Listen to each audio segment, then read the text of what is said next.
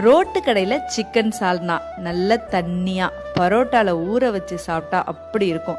Mixie ஜாரில் 2 வெங்காயம் 2 தக்காளி கொரன்னு அரைச்சி எடுத்துக்கலாம். குக்கரில் கொஞ்சமாக எண்ணெய் சேர்த்து அரைச்ச தக்காளி வெங்காயத்தை போட்டு நல்லா வதக்கிட்டு 1 ஸ்பூன் மிளகாய்த்தூள், 1½ ஸ்பூன் மல்லித்தூள், கொஞ்சமாக மஞ்சள் தூள், உப்பையும் சேர்த்து பச்சை வாசனை போகிற வரைக்கும் வதக்கிட்டு 1/2 கிலோ சிக்கன் க்ளீன் பண்ணி சேர்த்துருக்க அதையும் லைட்டாக வதக்கிட்டு சிம்மில் அப்படியே இருக்கட்டும்.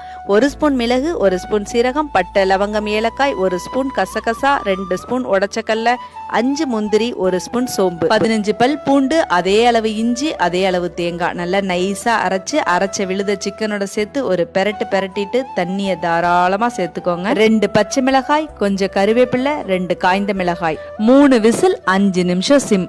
அப்படி திறந்தா தகன்னு எண்ணெய் மதக்க சிக்கன் குழம்பு ரெடி. கொஞ்சமா கொத்தமல்லி தலையை போட்டு எடுத்து இப்படி வச்சு சாப்பிட யாருக்கும் பிடிக்காதுன்னு தெரியும். இப்படி ஊத்தி சாப்பிட யாருக்கெல்லாம் பிடிக்கும்னு கமெண்ட்ல சொல்லுங்க.